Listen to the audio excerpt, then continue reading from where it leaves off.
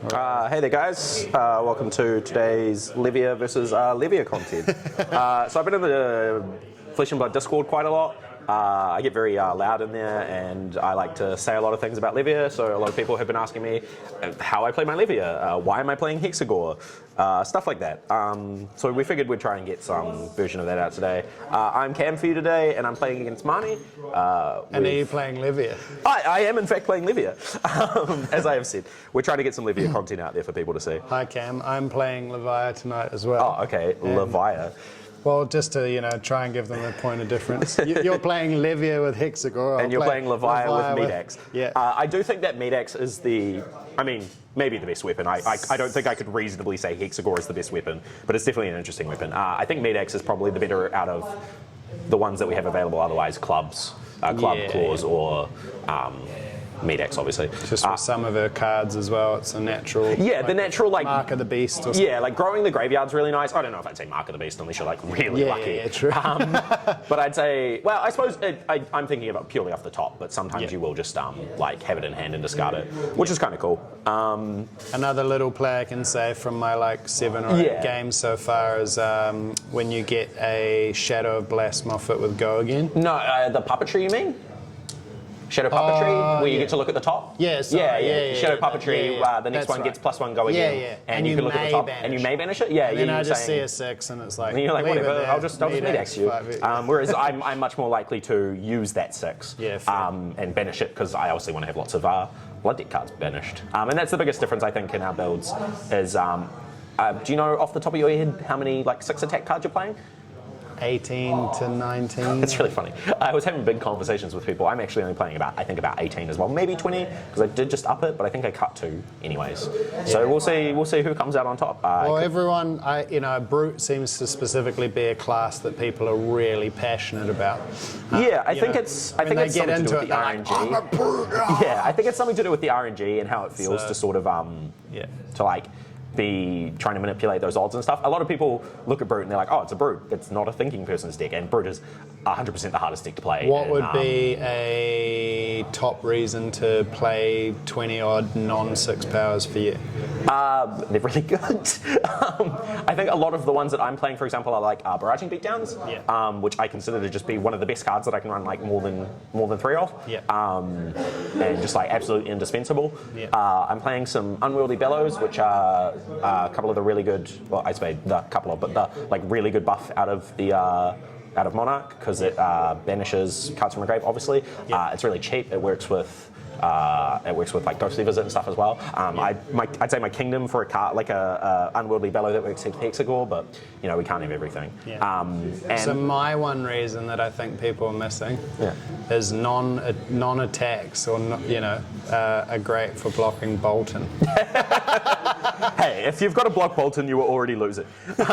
Well, true. I think I mean that. I think I actually do mean that genuinely. I played 4 rounds of Bolton tonight. I only went 2-2, but I think the only deck I felt that like they were winning when they were blocking against me was Guardian, obviously, because they block real well, and he just drew like all auras or like all crippling crush me to death sort of stuff. So I think we finally get to the roll for the start. Thing. So we'll go nice. high roll. Throwing it on the table. I'll just throw another one out here. So I rolled an 8. Alrighty. So I had a lot of people asking me like, Tim, do you want to start? I don't know. You can start. All right, cool. Well, good luck to you. I had a lot of people asking me like how you play Hexagore specifically, because I think a lot of people are afraid of it, and I haven't been able to verbalize it very well. I know how. I can try for you.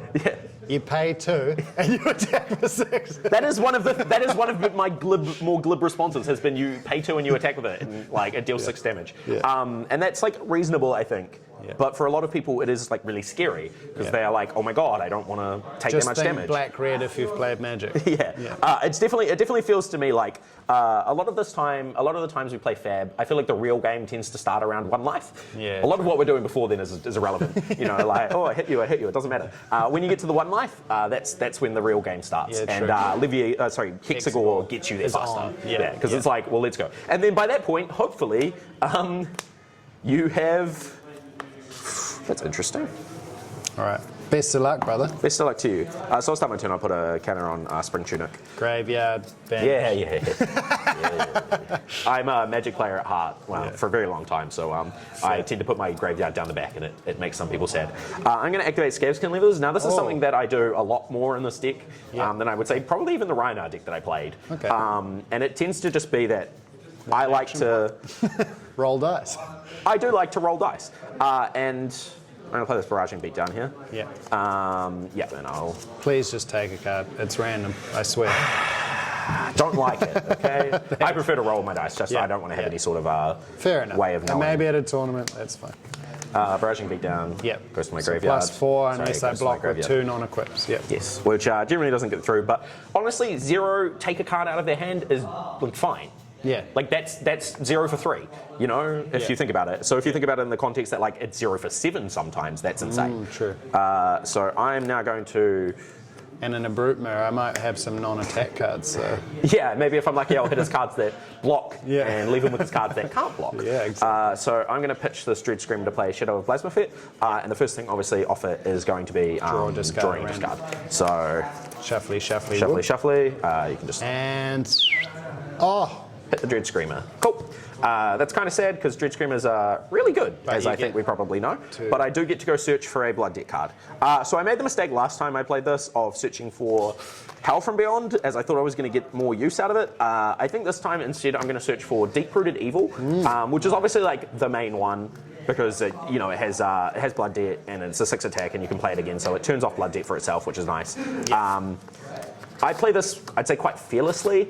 And that I tend to like start right away. I guess not my theory, but so much like my ideas is that like we draw like 4 cards a turn, and generally on like a turn you banish about 3 cards. So if you're using like all of your cards and maybe 1 in pitch, you tend to have enough cards.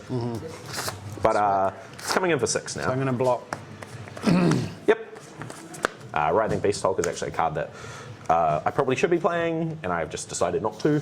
Yeah, I like it. I mean, I really like it too, and I should be playing it with Barraging Beatdown. This is sad to say goodbye to, but... Yeah, and I should be playing it with Barraging Beatdown as well, because it's like 10 damage that they can't block or something. Yeah. But it's a 2 costing that is only pitch red, and that one like really hurts me, I think.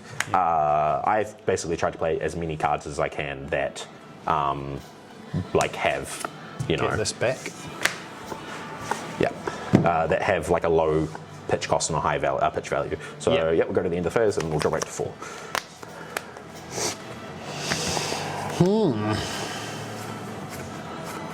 I think part of the reason that I'm a big fan of like going quite early, quite hard, quite early, is because if you do get a sort these recursion, as I was saying earlier, I think in the Discord, our recursion engines going, that's like an extra card that you can sort of filter back and forth and makes up for the 3-ish that you need each turn to play.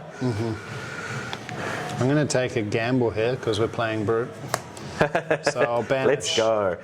This has actually been one of the biggest things for me is learning how to Art of War properly and what I should call in any given game. I found myself calling like go again when I probably could have got away with +1/+1. That's fine. We'll let you go once. +1/+1 when I wanted to give go again, or go again when I could have got away with +1/+1. Yeah. But the biggest thing is banishing to draw 2, obviously, which is going to turn off your Blood Debt and is going to, you know, give you a card to play if you banish something like Deep-Rooted Evil. I'm just going to banish this. Yeah, that's reasonable. That card doesn't have Blood Debt, so we don't really care about it. But the gamble is getting an attack. Oh, that's a bit sad.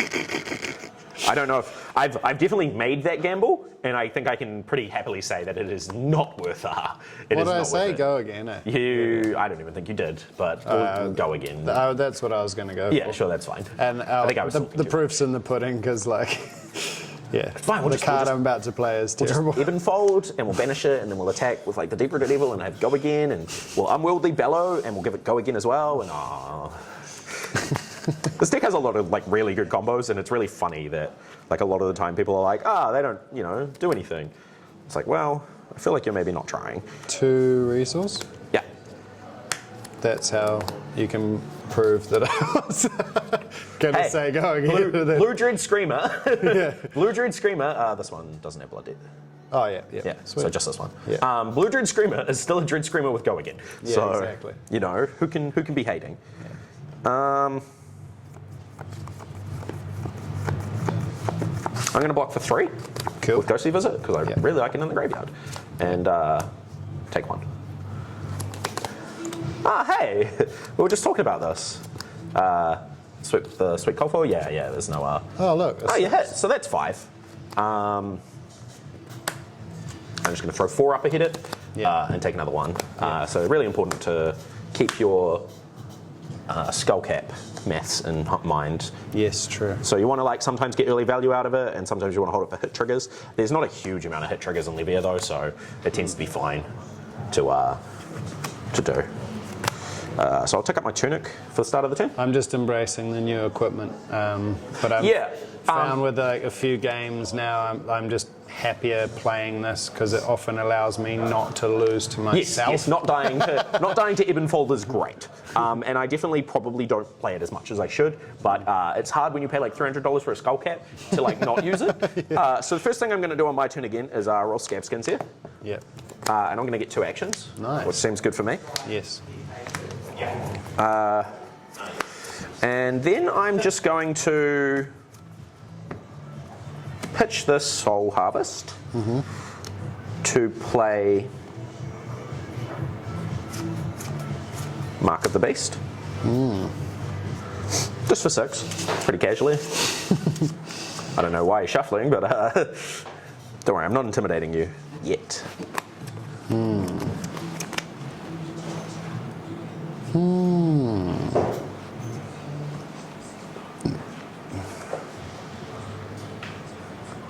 So I've got 1 resource floating, which could be interesting. Yep, I've heard that one before. So you're going to take 5. I think this is maybe not a great matchup to not have a lot of blocking in, because a lot of that life is going to feel really relevant. So this is going to banish itself as I close the combat chain. Cool. And because a 6 attack this turn was banished, I am going to play Deep-Rooted Evil by pitching another blue. Just come in for 6 again. And this is like a really typical play for this deck. You just attack for 6 a few times. Sounds good. I've still got 1 floating, and maybe would have played my turn a little bit differently if I had had the 3rd attack action, the 3rd action for rolling a 6, but you should never plan on that really. If you have to roll a 6 to like get out of whatever situation you're in, it is a dire time. I might just take it. Yep, I feel like taking the 6 is going to happen a lot. So this is going to go to my grave. I'm going to put these on the bottom of my deck, and I'm going to draw back to 4 and pass the turn. Tunic up. Yep.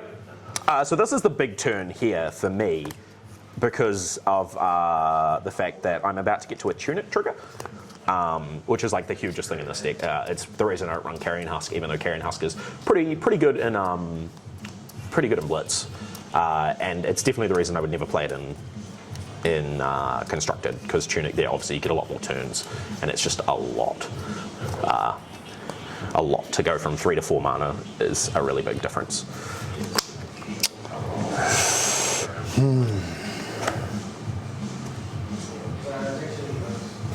That's fair enough.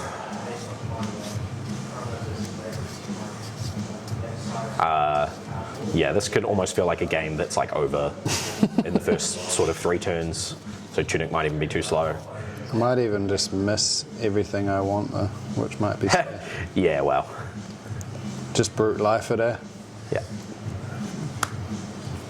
Banishing a 6 power. Yep, that's how that card works. So blood debt's off. Yep, and you're drawing a card. Blood debt's, this is a very important point actually. Blood debt is off at the end of your turn, which means that if you have a Doomsday, for example, you can still play it, and with Hexagore, you won't randomly take a bunch of damage, nice. which really worried me for about 5 seconds when I had like not read Levia in a bit, and then was like, wait, am I just gonna like take a bunch of damage? And then I was like, oh, it's during the end phase, so it's fine. It's fine. Don't even worry about it. And then I will play this. Yep. Banishing 3 random cards. Yep, which is the only 3 you've got. One's a 6. Yep. So it gets dominate. Yep. And as I banish a 6, I'll also trigger my shadow. Trigger your shadows. So I'm going to take the 6 here.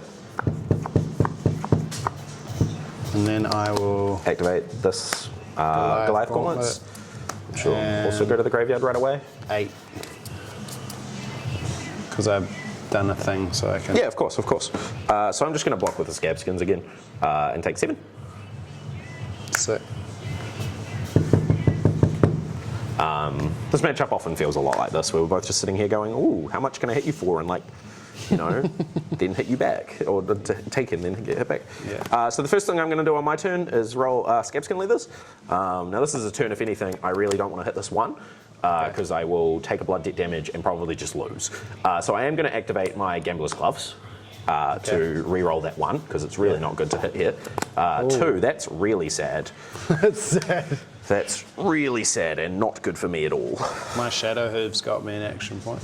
They did. So did my Scabskins though, and my Scabskins blocked for 3. So Fair, you know, I mean, the big difference is that your gloves got you 2 damage there. True. Have you drawn up? No, sorry. Yeah. Just Pretty important. yeah. Draw all my no blocks. Seems like it. Barraging Beatdown. There we go. Random.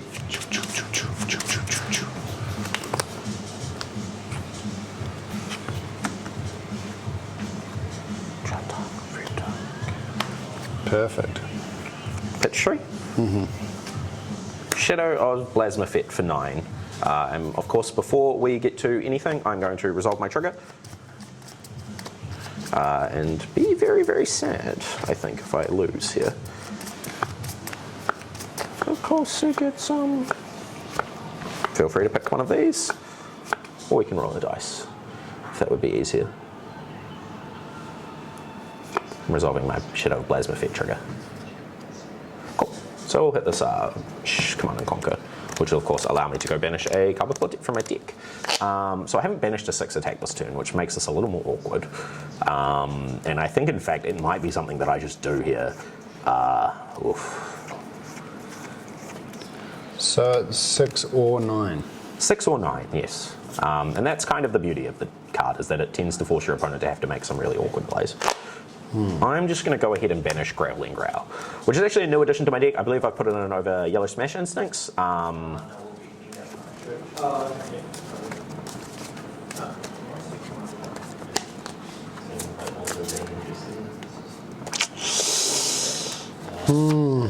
So much gambling. Well, that's what we're on. So if I had rolled the action there, as we can probably see from that Command and Conquer in the blue that I had, I would have been able to even just Fiendals and Command and Conquer maybe. So whatever I did do hurt a lot.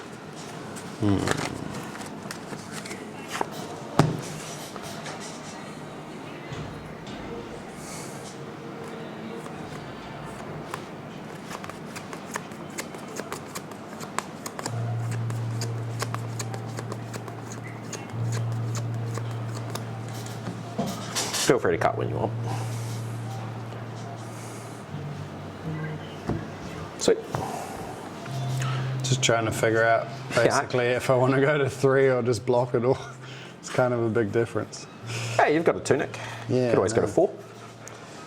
I'm wondering about that. In the game, that's what we call baiting. You want to bait your opponent to make bad plays. I've said this many plays, you get the pin trick.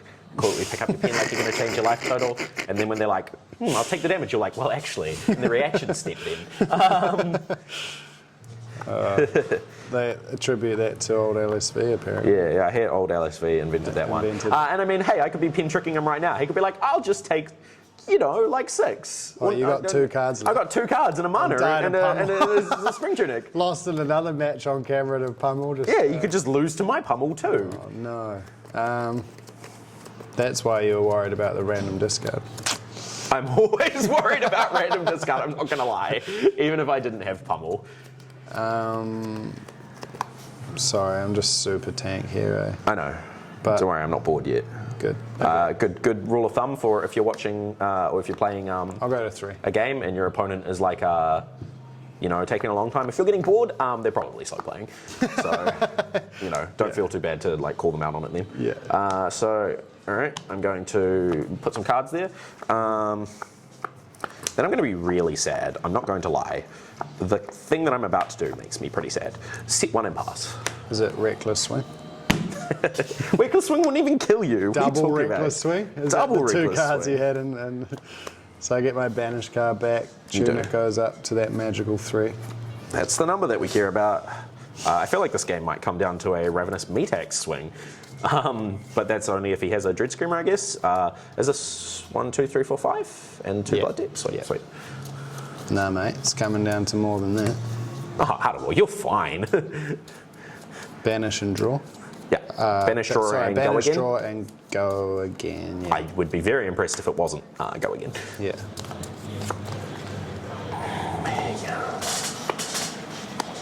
Need to get some less creaky chairs, perhaps, for these matches. Yeah.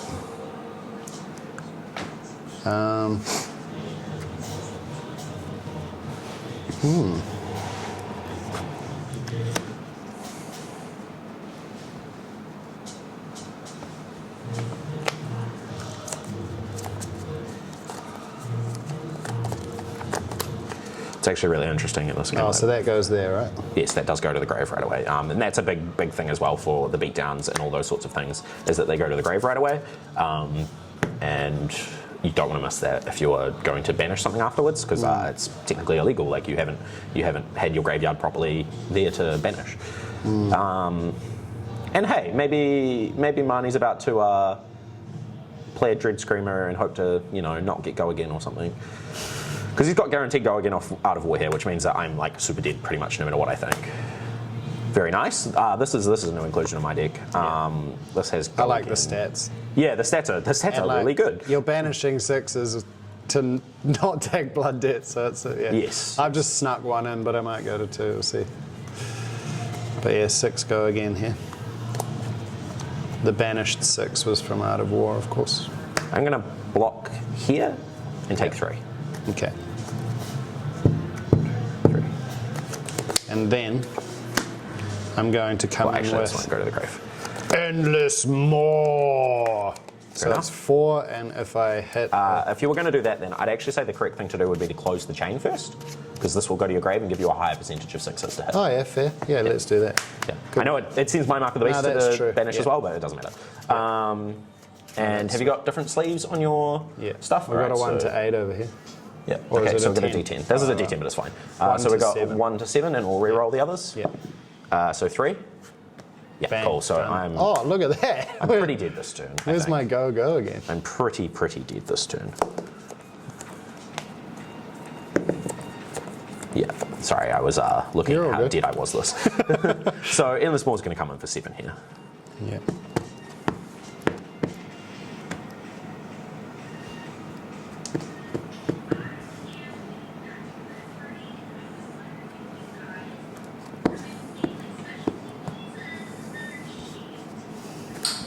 Or is it like this? This is for 7, right? You got us. Yeah. Yeah, so I could block for 4, maybe theoretically 5, but I would die anyways. So I feel like it's 6 and then 7 here. Yeah. With my skull cap with 1 counter on it already. Yep, sweet. Yep. So if you have been keeping track of my hand, or maybe have an idea, you'll probably see why I said I was very sad at the end of my last turn. So you've got no Blood Debt. No and trigger. Basically all you have to do here to not die is to just survive. So I'm going to pitch this Doomsday that I drew last turn off my Shadow of Blasmafet, and then I'm going to play this Deadwood Rumbler that I set off my Shadow of Blasmafet, and as we noticed, Deadwood Rumbler doesn't block either. So my option last turn for setting cards was 2 cards that don't block. So I'm going to draw a card and discard a random card. Here's where the not having 6s can really start to bite me, so we'll see if I lose this game right here or not. I miss, so I lose at the end of my turn to Blood Debt anyways. Congratulations. And you can just double block, but hey, that's playing Brute. If I hadn't missed there, obviously I could banish like Deep-Rooted Evil and start doing stuff. Oh no. Wait, actually, that's a very good point. This is fun, yeah. You've got 5. You've got 5 in a tunic. You're fine. Yeah. I guess, that's a good point. It was theoretically possible here that Marnie had 0 cards that could block. Yeah. But he was on 3 no matter what. So if I had 3 non-blocks, and then you would die to the which would have been a good move. Which would have been pretty funny. But unfortunately, he did have it this turn. So yeah, I mean that was fun. An example of how to play Levia poorly, I guess.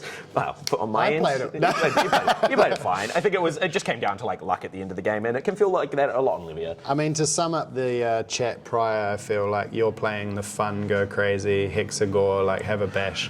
And I'm playing a more conservative version. Yeah, you're definitely, I mean, you're playing hooves, right? So you're playing a version that says, once in a game, I would like to activate this weapon, this equipment, and like attempt to kill you. And that's basically what you did. You went for 6, and you got the hooves, and then you went for 8.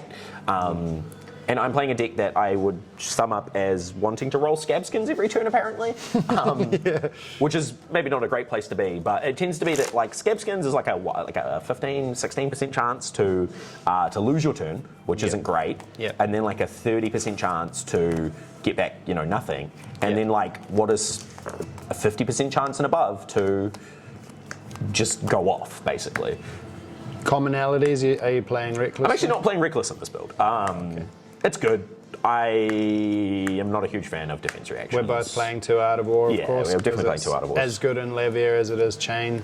It's definitely better in Chain because Chain's like absolutely busted with the card, but it's pretty good in RD. She does everything she wants. Yeah, it does everything Chain could possibly want. Well, and Levia though, pretty much too. Like banish your 6, give it go again. So I think commonalities in our blues at least is that we're probably just both playing a lot of blues that cost attack for 6, which is where you want your blues to be. Unfortunately, there's not that many in the game. Wrecker and Dreadwood though. Wrecker and Deadwood. Reinar always wanted Dreadwoods. And if Reinar had a Deadwood, he'd be so happy. Soul Harvest because it's a 6 with 3 and it's a blue. So we get 5. Yeah. How many blues are you playing there? Quite a few. You're playing, I think more than me, which is crazy because I'm playing a lot. I went pretty blue heavy. Yeah. 2, 4, 6. So 8, commonalities, 10. I'd say we're both playing Doomsday because apparently I've only gone 12. I don't think there's any reason not to be playing Doomsday. We're both playing Wrecker Romps. We're both playing Rumblers. Then you're playing, is that 2 Reckless Swings? Yeah. And in place of that, I think I'm playing 2 Barraging. Yeah. You're playing Convulsions from the Bellows of Hell as a blue still. I actually cut that, and I think I've put Mutated Mass instead because Mutated Mass a lot of the time feels like a blue Dread Screamer that occasionally, sorry, not a Dread Screamer, a Ghostly Visit that occasionally is like a red Dread Screamer that pitches for 3. Ghostly Visit. I keep saying Dread Screamer, which isn't. It's fine. Like I have been thoroughly impressed with this card relative to what I assumed I was going to get out of it. We're both playing 1 Soul Harvest and 2 Dread Screamers. So that's the major difference for us. One I think Soul you're playing and 1 Doomsday. Yeah, I think you're playing like 1 more blue than me. I'm only playing 12. Yeah, Endless More is a card I really dislike, and I think I made that pretty clear over the past few days. The thing that surprised me is that I actually really disliked Convulsions playing it. I don't. After playing like Unworldly Bellows and then like never missing on the +4 or +3 or even theoretically in a blue +2, playing Convulsions and then missing feels like crap. You just feel so bad. I guess this blue. This card in blue I think would almost just be better. Comboed with a Writhing Hulk Beast. Yeah. Like that's, you know, I'd almost rather do that. I think in yellows we're probably playing very similar as well. So like, you know, 2 Mark of the Beasts, probably one of the best cards in the deck. 2 Art of Wars, also very strong. I'm playing 2 yellow Dread Screamers. Are you playing all the Dread Screamers, the whole rainbow? No. No? Okay. But you're playing no blues either, right?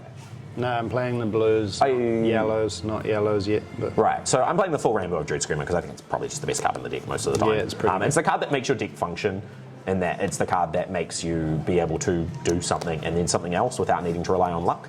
I'm playing the one of rares from Reinar days. It's really, really funny because I absolutely adore Savage Feast in Reinar. I think it is one of my favourite cards to play in that deck, like by far, because I love drawing a card, I love intimidating one off it, I love everything about it. Yeah. And it's like fine here. It's just quite good at the end because I find a lot of... It can like play it and then you can discard a card and then you can... Shadow Puppetry go again. Shadow Puppetry on anything is Tunic Art of War go again. Yeah, and like into that and just the same as it was in Reinar, like discarding a non-block. It's funny because I can't break New Battery from my deck a long time ago. Not that, sorry. Yeah. You know, but playing a blue off the curve, like a 2 would go again. I think between us, are you playing the Reveling Growls, both of them? Nah, I just have one. But that's a new thing. Were you playing any Smash Instincts? No. No, okay. I was playing yellow Smash Instincts and I replaced them with Grappling Growl. And I'm also, of course, playing Barraging because I'm playing the full rainbow of that. Which makes this, I guess you could call it like a relatively consistent deck. Your hands tend to consist of some number of Barragings and some number of Dread Screamers in an average game. I don't like Hungering Slaughterbeast. I think 2 for 6 is a lot to ask for. when I could just be playing like and no other effect aside from like maybe banish some stuff in the grave. Yeah, it was just another banish. Yeah, it's another like blocks for 3. It's another 6 that blocks for 3. Two, I totally get it. And I'm playing 2 Unwieldy Bellow Yellow, and obviously the 1 Deep Rooted Evil, because it's just like the card that you want to see at the start of the game and then play over and over again. But I'm only playing 1 to your 2 because I think I'm more comfortable just trying to banish it off Shadow of Blasphemy, whereas I think you and a couple of other people have said that they want to see it more reliably and therefore want to play more than 1. I think I'm coming from more of a if anybody watching has ever like maybe played Yu-Gi-Oh, what we call a Garnet, which is a card that you play in your deck that you want to be in your deck and generally don't want to ever draw. And Yu-Gi-Oh refers to it was just a normal vanilla monster that didn't do anything. But when it was in your deck, you could use it to start some really broken combos. And I feel Deep Rooted Evil is basically the same. It's a card that I have in my deck and then starts a really broken combo of playing Deep Rooted Evil over and over again. And then for Reds, I think we're actually maybe quite different on the Reds. We're the same in some places. We're both playing one Howl, 1 Ghostly. That's not Howl, sorry. That's I took. Yeah, I think you took this from me because I was and like, that's fine. But yeah, it's just there are certain cards that like you just kind of have. These to are play. definitely the cards I wouldn't want 2 of. Yes, yeah. These are my garnets or whatever. Yeah, definitely your garnets. But that actually, as well. That being said, I would quite happily a lot of the time draw a Ghostly Visit. It's really funny. I found a lot of games where I'd be like, man, I've pitched a blue and I've played a Dread Screamer and like Ghostly Visit would be really good to have in my hand right now, or like in Banish, obviously. And Howl is a card that basically just says convert spare resources into damage, which is nice. And then I think we're both playing 2 Unwieldy Bellows. This card is busted. I had somebody argue that this card wasn't good because it didn't care if it banished 6s.